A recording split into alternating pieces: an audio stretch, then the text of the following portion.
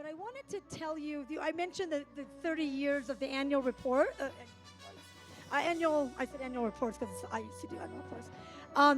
Annual media awards, where we honor people and projects who embody voices of courage and conscience. And in 2022, we honored American-ish. We honored Iman and Aizzah's film that just was acquired by Sony Pictures, and I'll talk about that later. And then we also honored Nida and Manzoor for We Are Lady Parts. And I was so worried about shipping her crystal to the UK, so I just kept it in LA, and I just figured when she's in LA next, I'll give it to her. And I guess Utah was close enough. And so, Nida, we want to present you with the media awards for. Yep. And so can we take a picture? Habib, can you come on stage, please? Habib, can you come on stage? And there you are. Oh, Qasim. Everyone, Qasim, Basir. To Live and Die and to Live. World premiere. Okay, just quick look. Yeah, of course. It's heavy, huh? Great,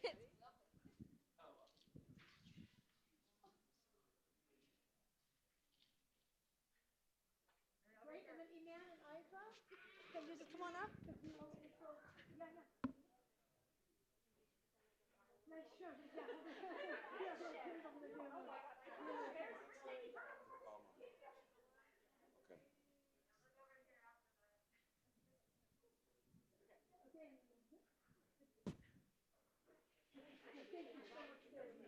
Thank you. And then you want to give it to Morgan?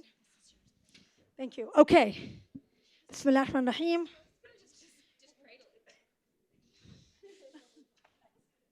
You like that? Kind of cool. Good. I got closure. All right, I'm gonna scroll.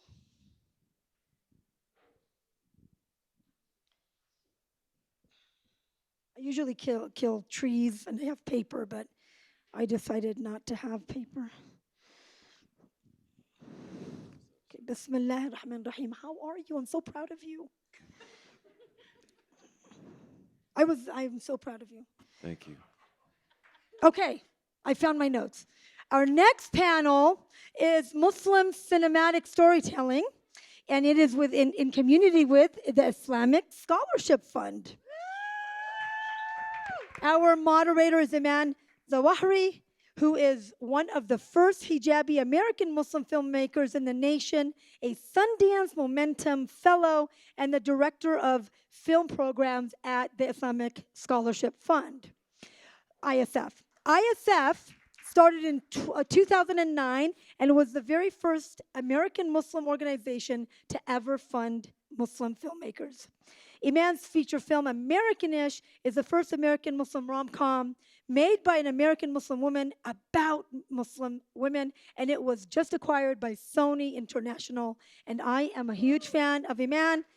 I am also a huge fan of our other panelists, who Iman will give a proper introduction, but I want to express my gratitude and my appreciation to Nausheen, Imran, and Aizzah, and of course to Qasim and Nida, whose feature films made their world premiere at the festival a few days ago.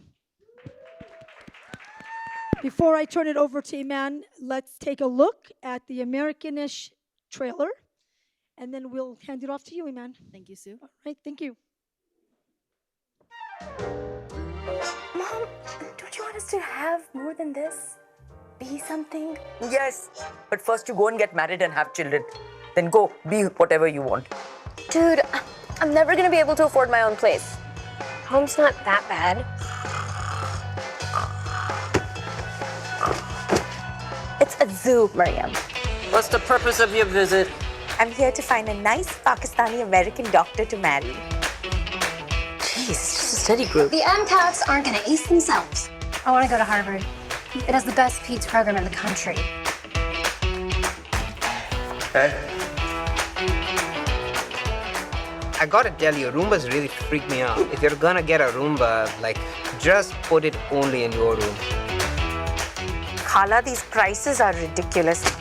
We will pay you 24 for everything. My daughters, they think they know everything best. You know what? I'm a grown woman. Boys don't like girls all covered up. You're never going to get married with that scarf on your head. I don't want to be with someone who doesn't get my values. Our country is being overrun by immigrants. You're working on the Douglas Smarts account. I mean, the guy is a racist. I got a call from the hospital. I'm gonna have to go in. You don't need to marry the first guy who shows interest in you.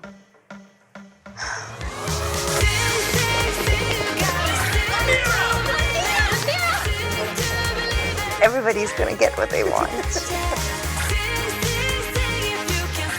This is America. A land of dreams.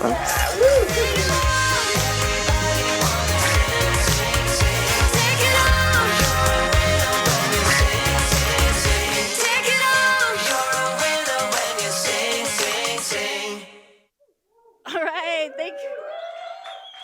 thank you so much. I'm so honored to be here with you all on this panel. My name is Iman Zawahry, and I am the Programs Director at Islamic Scholarship Fund, where we fund American Muslim filmmakers and create a restorative space of mentorship and fellowship and panels and things like that in order to create a safe space for Muslim filmmakers. I'm so honored to be here.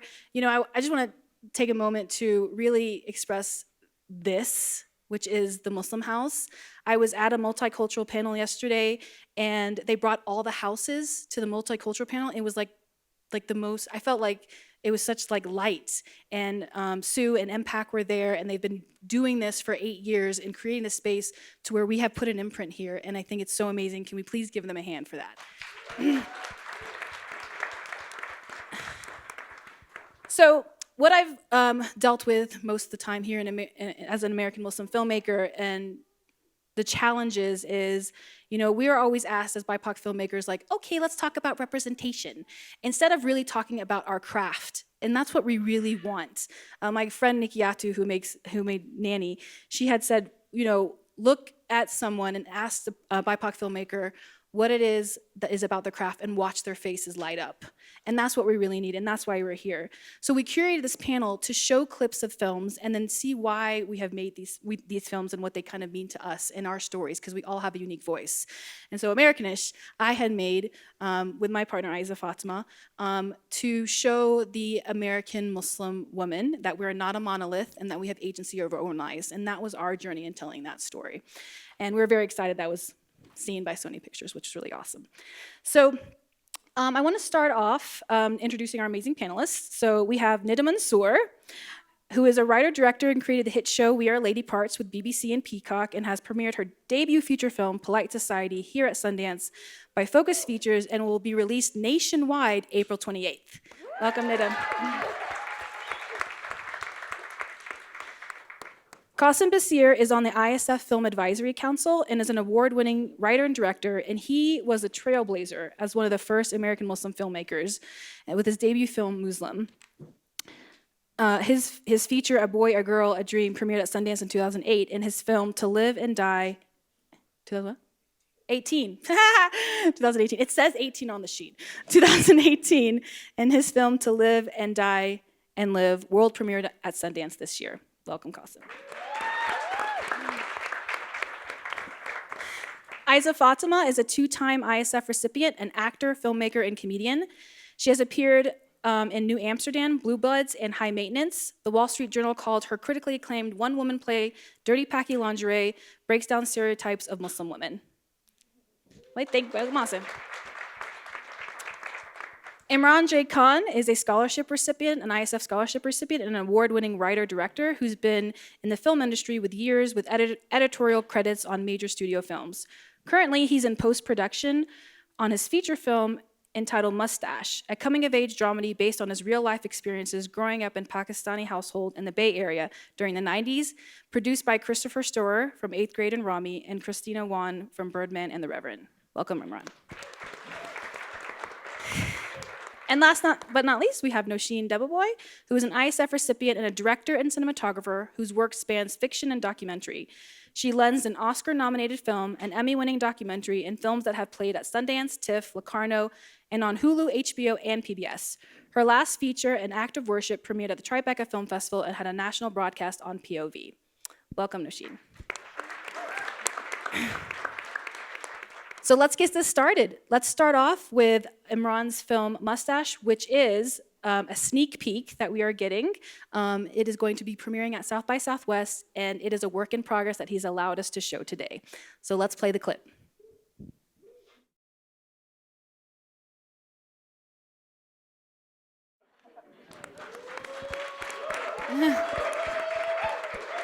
All right, so Imran, I always say I'm your #1 fan. I've known Imran for like 15 years, and when we were both kind of like in film school, or I was in film school and he was in undergrad, and he was just making videos, YouTube videos with Hassan Minhaj.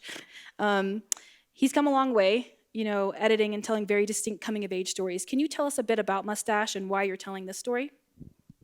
Yeah, thank you for all that. Yeah, I think like Mustache came from like I guess first and foremost I was like looking for like what can I contribute, like what's my you know, you sometimes you go through like a program like film school or you know, you work in industry and you kind of feel like your voice is beaten out of you, or you start to second guess yourself, you start to not feel like you have a voice. And I was in that, and then I just kind of like doubled down on my own experiences, my own upbringing, my own like where I came from, and that's where Mustache came from. It was just like, okay, well, what's like unique to me? Like what's a story that like nobody could tell because it's so specific to me? And that was like my entryway into writing Mustache. And I also had this like dream, like I remember when I was in undergrad, you know, 15, whatever, 17, whatever years ago. And I had this, I was like, oh, what if there's like a story like about like Muslim Americans, but there's like there's not one thing about terrorism. And it was just like, oh, that'd be cool. And I didn't like consciously, I wasn't like thinking about that. Like when I was writing this, I was just writing from my heart and writing from where like my own, like what was cool to me or funny to me or like interesting to me. And then like looking back, I'm like, oh yeah, that's interesting. Like that's also what it became, because it's also a movie set in the late 90s, like pre 9/11. Like it just doesn't have that like whole cloud over it that you know, another story might. And it was just what I wanted to tell. And I don't know, that's kind of like where it came from, was just what's like forget everything, like what's cool to me. And I think that's like now something I learned from making the film, and like like how I want to operate going forward as an artist and as a filmmaker. I really love that you said that you made it before 9/11, so it's not in that realm. Does anybody else kind of feel that in when they're telling their stories about how we're all pigeonholed in that one area?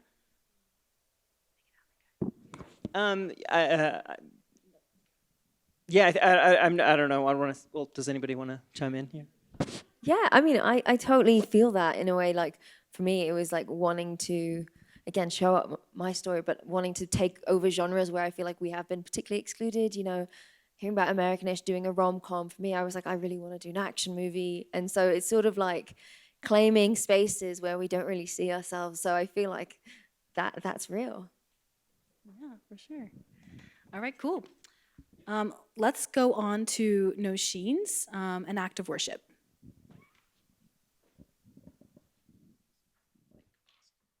Hi, so I'm gonna quickly just play some random piece of music over here and hope it goes well. See how it goes, okay? Bet it's gonna be so bad. I have a baby sister. I like her very much. What's her name? Amina. My dad used to sit on the edge of my bed every night and recite a prayer of protection over my sister and I. My parents got calls telling them, your children will be next. That experience taught them to keep their religion and culture hidden. In the first day of class, the teacher made me stand up and tell people what it's like to be Iraqi. Like I was like this specimen, like this alien. Farouk, what a weird name. I don't know why your parents named you that. You should be Jimmy. We're gonna call you Jimmy. I had something inside of me being like, I don't know who I am. I have to scream louder. I'm black, I'm Muslim, I'm here in order to be heard. It took years to rediscover that assertive, bold person. Every day, I choose that path of resistance.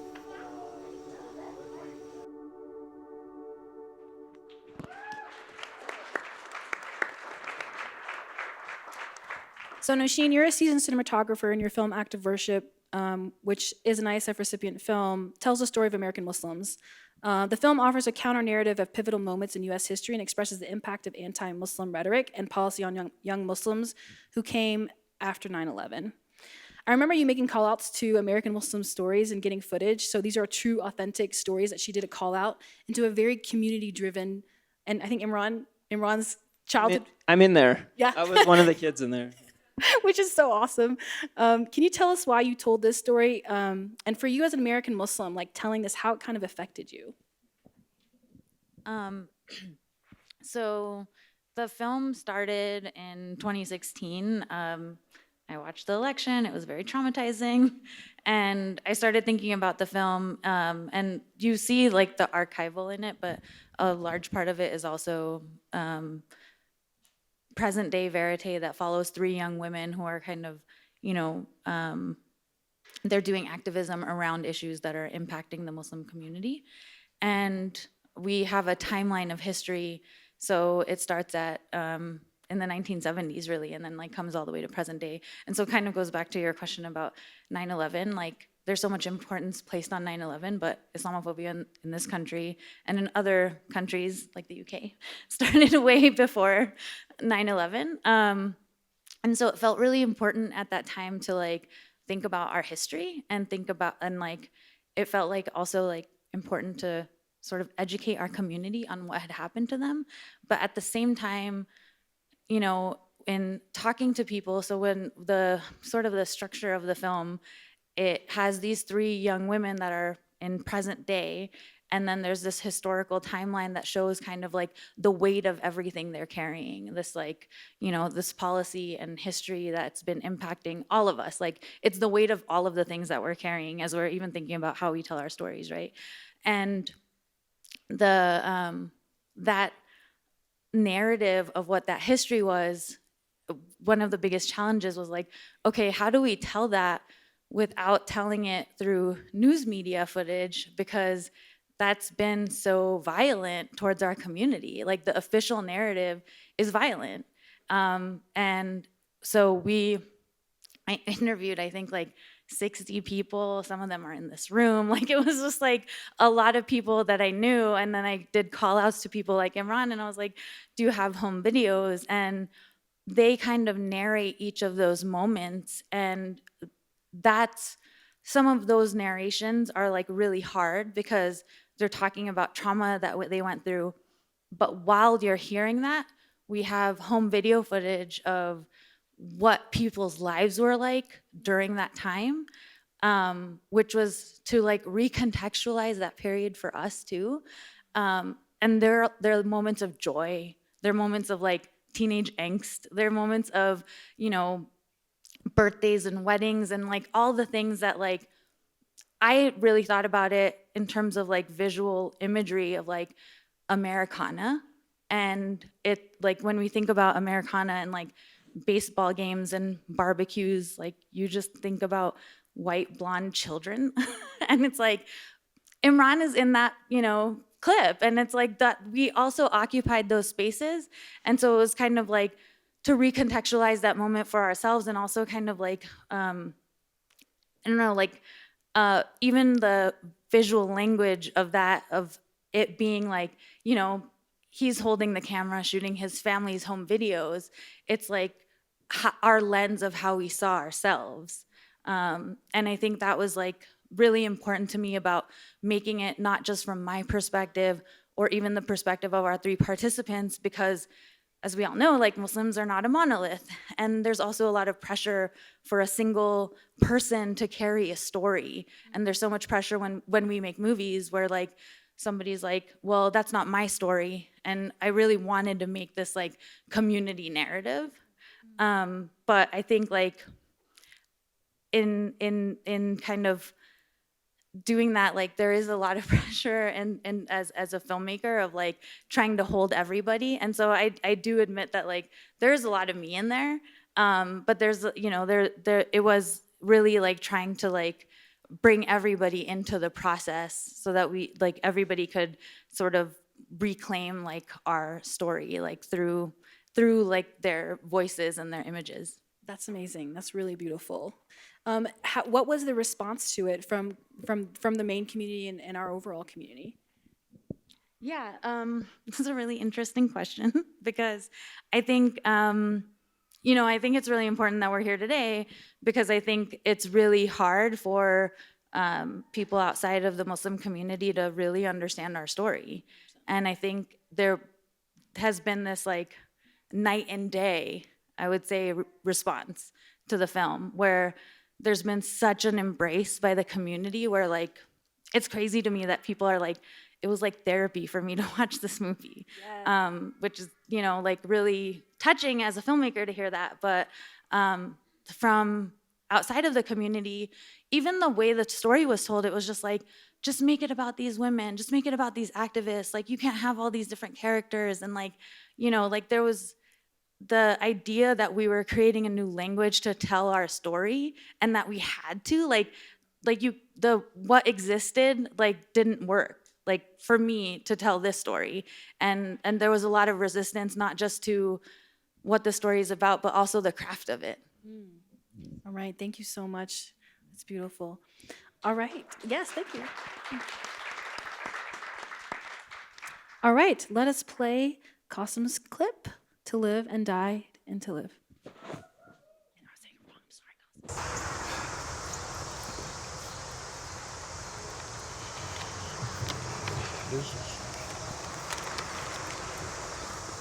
Muhammad. Good seeing you, Kevin. Hey, you know what? He never stopped talking about you. I want you to know that. Here, this for you. Hey, I'm proud of you. Don't look away from me. I'm proud of you. So proud of you. And I appreciate you looking out on these contracts. It's good looking out on that. You know, them kind of cats ain't paying us no mind, but you. Oh, Muhammad, you done walked us right into them golden doors, man. Anyway, I figure it's best for you to close them out. A couple people owe us. But you can have that too, if you want it. I don't know. You can have it. Muhammad, come on, man. These your friends.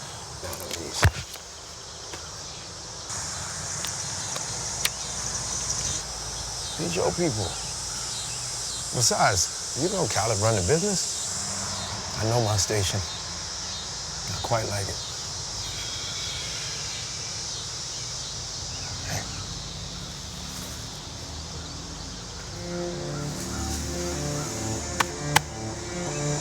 You remember you was a little boy, we take you on the rides, huh? You jump right in. You ain't have an ounce of fear.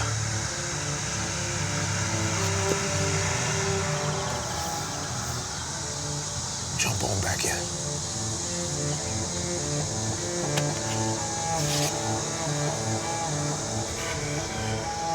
Hey, hey.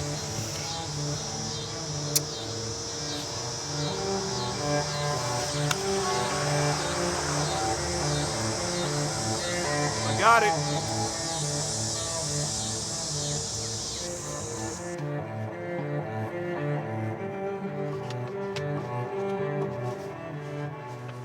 Okay, we can cut it here. Thank you.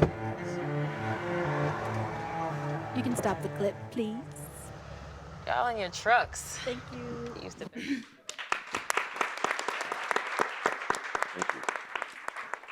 So Qasim, you are a writer-director, and he was also cinematographer on this, which is so crazy to me.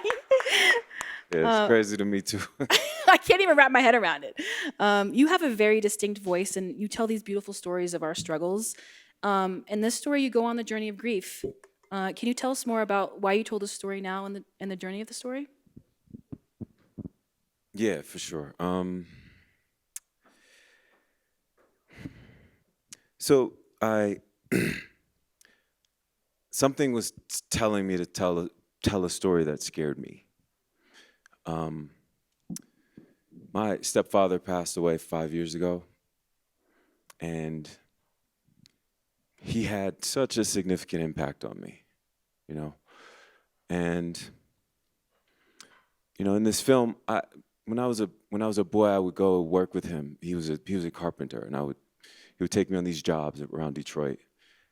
We would like really intense jobs, and learn how to work really, you know. And the juxtaposition of like physical labor versus, you know, the arts, right, is something that's explored in this film. And when it came to writing that story, I thought about the time I went home when he passed to bury him, and how hard it was for me to really process my grief. And I thought that could be interesting to explore at a time where every single person I know has lost like 2 to 10 people.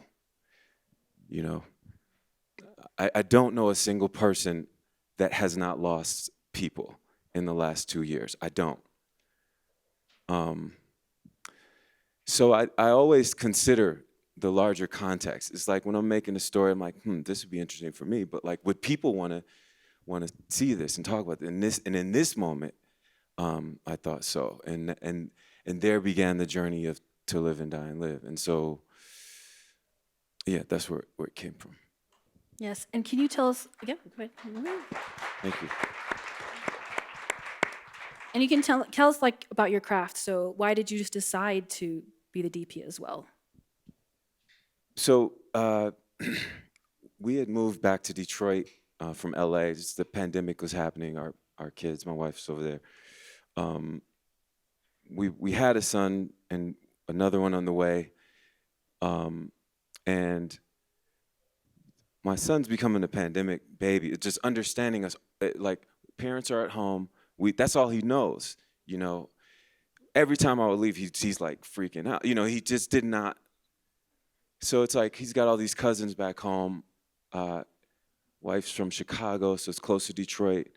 Why don't we take them back? And being there and putting this movie together, I saw this clip more clearly than any movie I've ever seen. And I'm creating my shot list while simultaneously trying to find a DP, and every single shot is clear to me. Every single one of them. Every move, every angle. And I was able to find some like young filmmakers around Detroit. So I found a shooter who was great, that knew everything about, you know, the Arri Alexa and the signature primes that we were working with, and knew how to use the Ronin. Like, so my last film was a oneer, and I'm thinking I'm gonna use this. I'm not gonna make another oneer with this, but I'll employ some of those tactics of like doing these longer takes. As you saw in this one, we were moving a lot, just constantly, to be able to cover a lot of ground and shoot a lot of takes. And if I could find someone that was like, that could help me, because I knew I couldn't, it was very physical to shoot. And it almost reminded me of when I played football, because we had this like rig on that was really intense and heavy, and we had the camera, and this young brother was a soccer player, and so it was almost like, you know, I would shoot, give it to him, he would shoot, but creating that shot list, I just knew it, and it was like, all right, why don't I DP this? And it allowed me to get a lot more personal with this film. You saw it. It's like there's some moments where, like, you know, there were some moments that some of the talent actors didn't even know if they would do until they were on set for a few days and realized what we were doing. You know, there's a one of the actresses, and I think, you know, was seeing the shower scene. She's like, I don't know if I'm gonna do that. But after a few days of being on set, it's like, look, it's gonna be me, you, and him, and I'm right there with you. You know, and so that allowed, I think, and some of the actors are here, maybe they could expound upon that, but that allowed them to be a little more vulnerable and a little more. So it actually really worked out to DP it. You know, I'd never DP'd anything before, but yeah, that was why. Yeah, I was gonna say, like, it was very clear, and even in the question and answer afterwards, like, you have a very strong connection with your actors, and the internal struggle was so externalized, and it was so beautiful seeing that. So thank you. Thank you. Yes. Thank you. All right. Thank you, Qasim. Of course. Okay, let's play Aizzah's clip, Muslim Girls Discuss Their Faith. Every day, hundreds of Muslim women are targeted. Thousands of Muslim women everywhere are suffering in silence because the media insists on talking about us, telling our stories for us, without ever involving us in the conversation. We are here to set the record straight about Muslim women. Hi, I'm Aizzah. Because I'm Muslim, I love pasta. I'm Roxanne, and because I'm Muslim, I still have Windows 95. Hi, I'm Zainab. Because I'm Muslim, I love Muhammad Ali. I feel like this is a white power thing. Your Honor, the Quran explicitly states that a woman is to dress with a modesty. Now, with all due respect, the Quran ain't a real book. Okay, counselors, this is just a preliminary hearing. What's the relevance? Well, Jesus gave women hair so that we know that they are women.